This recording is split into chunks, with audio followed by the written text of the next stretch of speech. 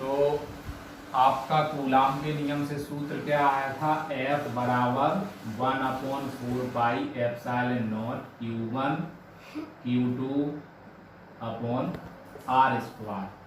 यह सूत्र आपका निर्वात में सूत्र था। निर्वात अथवा वायु में दो आवेशों के मध्य लगने वाला वैद्युत बल हमने क्या प्राप्त किया था, 4 pi epsilon not Q1 Q2 upon R square. इसको समीकरण नंबर 1 दे देंगे। इसके बाद यदि इन दोनों आवेशों के मध्य कोई परावैद्युत पदार्थ रख दिया जाए तो उन आवेशों के मध्य लगने वाले बल को हम Fm से रिप्रेजेंट करेंगे। तो 4 पाई एप्सिलॉन नॉट के Q1 Q2 upon R square, जहां हम किसी दोनों आवेशों को किसी परावैद्युत पदार्थ में रखते हैं जिसका परावैद्युतांक क्या हो गया, K। इसको समीकरण नंबर क्या दे देंगे, 2।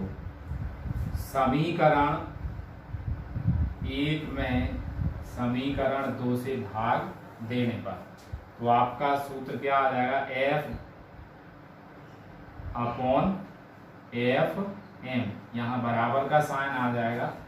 अब क्या करेंगे, इसकी जो वैल्यू अपॉन वाली होगी वो पहुंच जाएगी ऊपर, और ऊपर वाली वैल्यू मतलब अंश वाली वैल्यू आ जाएगी नीचे, और हर वाली वैल्यू पहुंच जाएगी ऊपर, क्योंकि ये Fm नीचे है, इस वजह से इसका वैल्यू चेंज हो जाएगा। तो 4 पाई एप्सिलॉन नॉट के इंटू में क्या आ जाएगा, R स्क्वायर अपॉन में क्या आ जाएगा, Q1 Q2। मल्टीपल में इसकी वैल्यू ज्यों की त्यों रहेगी, F की 1/4 pi epsilon not Q1 Q2 upon R square. अब आप देखेंगे यहाँ से दोनों की वैल्यू में 4 पाई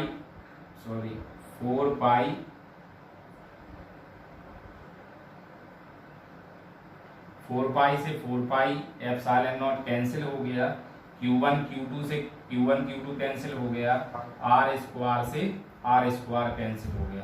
तो आपका आगे क्या प्राप्त होगा, F अपॉन Fm बराबर K, जहां हमें परावैद्युतांक K को परिभाषित करना है। तो आपने सूत्र क्या, यहाँ आपने अनुपात क्या प्राप्त किया, F अपॉन Fm बराबर K, जिसके अनुसार परावैद्युतांक की परिभाषा, परावैद्युत माध्यम का परावैद्युतांक क्या है, K।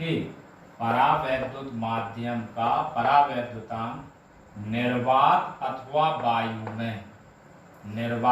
वायु में परस्पर कुछ दूरी पर रखे दो बिंदु आवेशों के बीच लगने वाले बल F तथा उन्हीं आवेशों को उतनी ही दूरी पर कुचालक माध्यम में रखने पर उनके बीच लगने वाले वैद्युत बल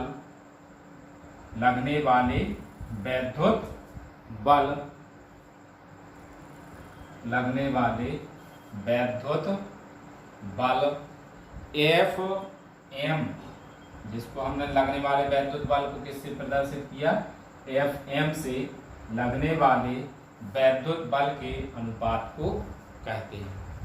तो आपको ये ध्यान होना चाहिए कि हम किसको परिभाषित कर रहे हैं, परावैद्युतांक। नेक्स्ट आपकी हेडिंग क्या आएगी, बहुल आवेशों के बीच बल। उसी को क्वेश्चन दूसरे रूप में आ जाता है, अध्यारोपण का सिद्धांत। ये उसका चित्र है। O एक मूल बिंदु है, यहाँ से आपको अनेक आवेश, बहुल आवेशों का मतलब है एक से अधिक आवेश का कोई निकाय मान लेते हैं। तो यहाँ आपका आवेश Q2 है, यहाँ आवेश Q1 है, यहाँ R1n है क्योंकि इस पर आवेश क्या है, Qn। यहाँ आपका Qn, यहाँ पे आपका आवेश क्या है, Q3। यहाँ पे आपका लगने वाला बल क्या हो गया, F वेक्टर 1 3। अब किसी एक आवेश पर निकालना है, निकाय है, निकाय में अनेक आवेश होंगे, उनमें से एक पर, तो उनमें से हम एक पर किस पे निकाल रहे हैं, Q1 पर। आप लोग भी निकाल सकते हैं, अगर Q2 पे निकालना हो तो Q2 पे निकाल सकते हैं, जिस पे भी आपको निकालना हो, लेकिन हम किस पे याद करेंगे, Q1 पर।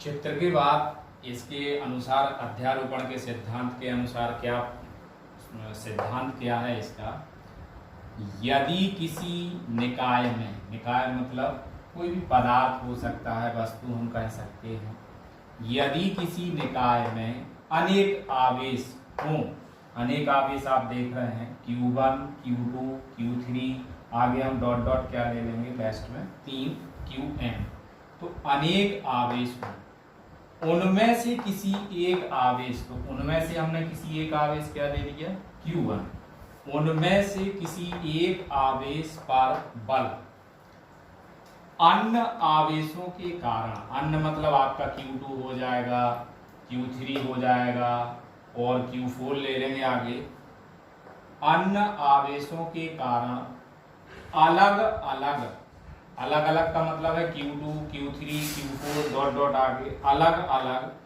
बलों के वेक्टर योग, बलों के वेक्टर योग आप देख रहे होंगे, Q2 के कारण क्या लग रहा है F12, Q3 के कारण क्या लग रहा है F13, Qn के कारण क्या लग रहा है F1n, अलग अलग बलों के वेक्टर योग के बराबर होता है, इसे अध्यारोपण का सिद्धांत कहते हैं।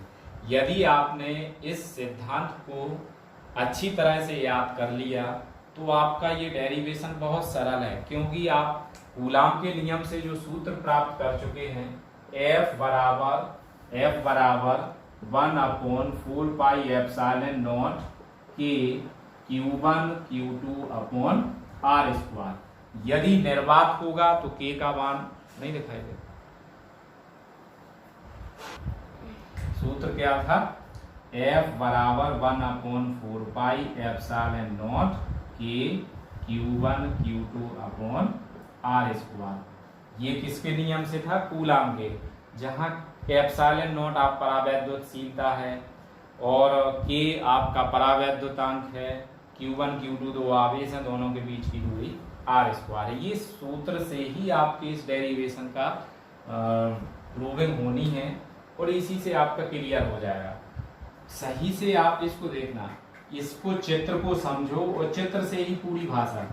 यदि किसी निकाय में अनेक आवेश हों, यदि किसी निकाय में अनेक आवेश हों तो उनमें से किसी एक आवेश, तो उनमें से किसी एक आवेश, चाहे Q1 लें चाहे Q2 लें चाहे कोई और आवेश लें, उनमें से किसी एक आवेश पर बल, जिसको हम F1 से रिप्रेजेंट कर देंगे, आवेश पर बल अन्य आवेशों के कारण लगने वाले अलग अलग बलों के वेक्टर योग के बराबर होता है, इसे अध्यारोपण का सिद्धांत कहते हैं।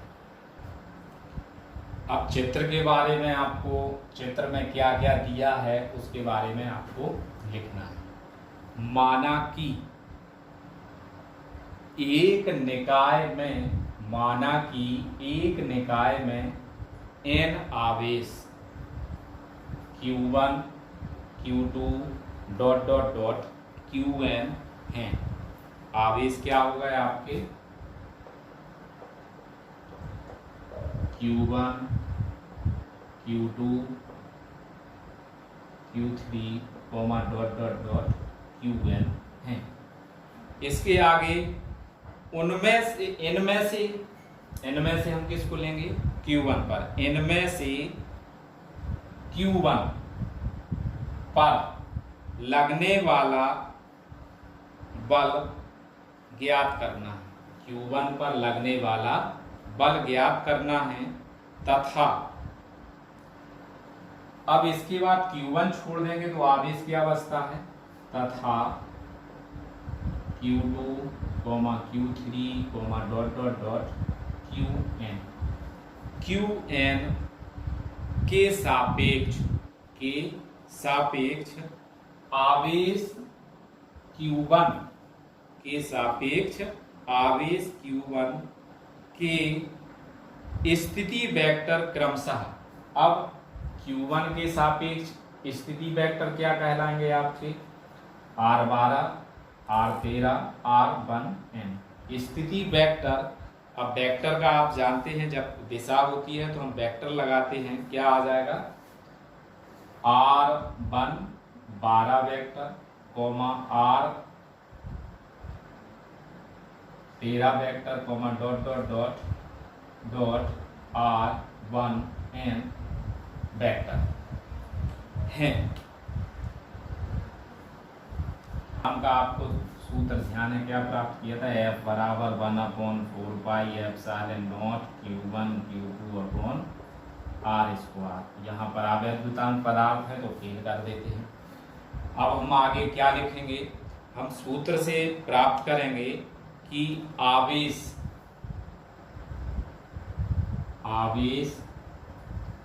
Q2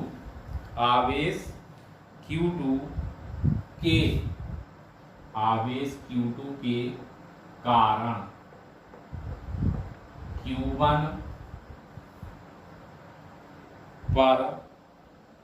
Q1 पर वैद्युत बल। आवेश Q2 के कारण Q1 पर वैद्युत बल।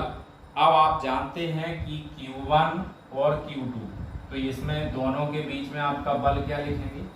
F12 वेक्टर बराबर F12 वेक्टर आ गया।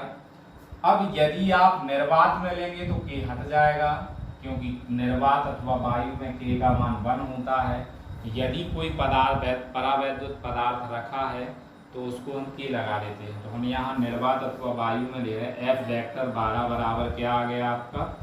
1/4 पाई एप्सिलॉन नॉट। आवेश कौन कौन से हैं आपके? Q1 Q2 upon R। अब इन दोनों के बीच आप देखिए कौन सा स्थिति सदिश है? R12 यहाँ स्क्वायर होता है तो हमने स्क्वायर लगा दिया। लेकिन यहाँ पे आपको स्थिति सदिश, एकांक सदिश भी व्यक्त करना पड़ेगा, जिसमें आप 21 लिखेंगे। इसका मतलब होता है कि इस वेक्टर, इसकी जो दिशा है, इस पर जो बल कार्य कर रहा वो 2 से कहाँ की ओर कार्य कर रहा? 1 की ओर, इसलिए एकांक सदिश आ जाता है। इसके बाद इसी तरह हम किसका निकालेंगे? Q3 का। तो इसको हम शॉर्ट में लेते हैं, आवेश Q3, और यही भाषा आ जाएगी के कारण Q1 पर वैद्युत बल। तो यहाँ हम क्या रिप्रेजेंट कर देंगे? F13 वेक्टर बराबर 1/4 पाई एप्सिलॉन नॉट Q1 ज्यों का त्यों रहेगा। अब हम किसको ले रहे हैं? Q3 को। तो यहाँ क्या आ गया आपका? Q3 अपॉन R, आवेश 2 की जगह कितना आ गया? 3, तो 1/3 का स्क्वायर, और यहाँ क्या आ जाएगा?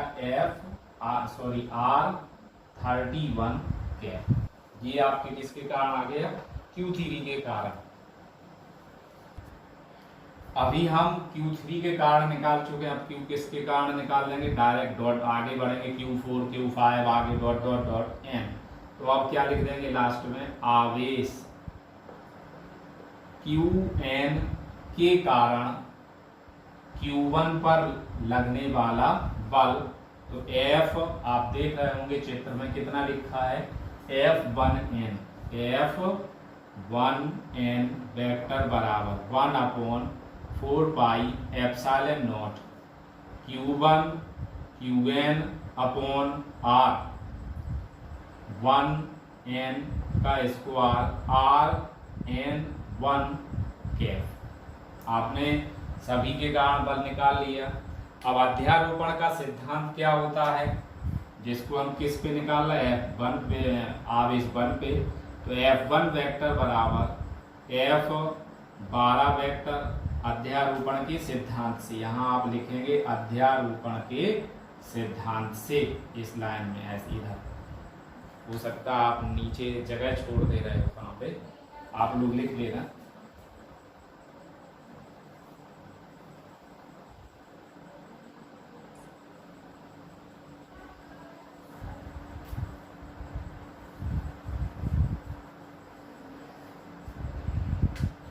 यहाँ क्या लिखेंगे आप लोग, अध्यारोपण के सिद्धांत से F1 वेक्टर बराबर F12 vector plus F13 vector plus dot dot dot plus F1 n vector. F1 vector बराबर, हम इनका मान रख देंगे, क्या आ जाएगा आपका 1/4 pi epsilon not Q1 Q2 upon R 12 का square R21 cap plus 1/4 pi epsilon not Q1 Q3 upon R 13 का स्क्वायर R कैप 31 प्लस 1, अब इसके बाद डॉट डॉट चलेंगे, plus 1/4 pi epsilon not Q1 Qn upon R1n square Rn1 cap. जैसे कि आप देख रहे होंगे 1/4 pi epsilon not 1/4 pi epsilon not 1/4 pi epsilon not, ये आपका क्या हो गया, common 1/4 pi epsilon not common हो गया। इसको हम बाहर निकाल लेंगे, वो आगे क्या लिख सकते हैं इसमें ब्रैकेट में, Q1 Q2 upon R square R21 cap plus Q1 Q3 upon R13 का square R31 cap plus dot dot dot plus last में प्लस आ जाएगा, और Q1 Qn अपॉन R1n का square vector n1 cap close.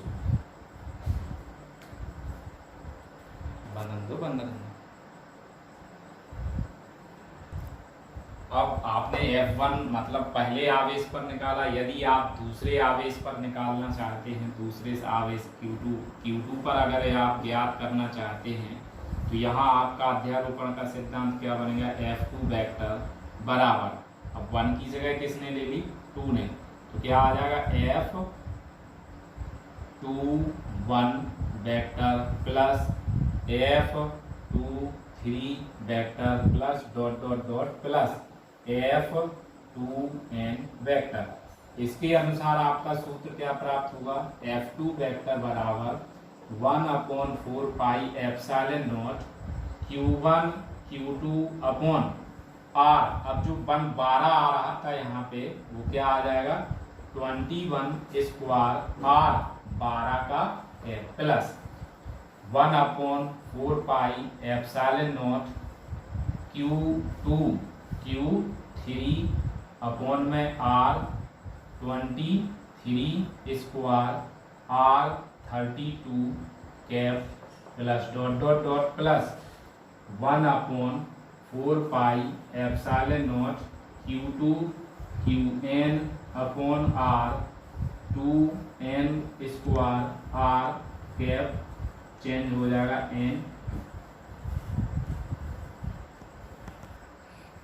इसी को यदि हम इस रूप में कॉमन रूप में ये 1/4 पाई एप्सिलॉन नॉट कॉमन लेना चाहते हैं, तो Q1 Q2 अपॉन क्या आ जाएगा 21, यहाँ क्या हो जाएगा 12 cap plus Q2 Q3 R, यहाँ पे कितना आ जाएगा 23, तो यहाँ पे कितना हो जाएगा 32, यहाँ क्या आ जाएगा आपका, यहाँ रहेगा आपका 2, यहाँ क्या आ जाएगा 2n, यहाँ क्या हो जाएगा n। तो आपका ये कंप्लीट सूत्र हो गया। थैंक यू, धन्यवाद।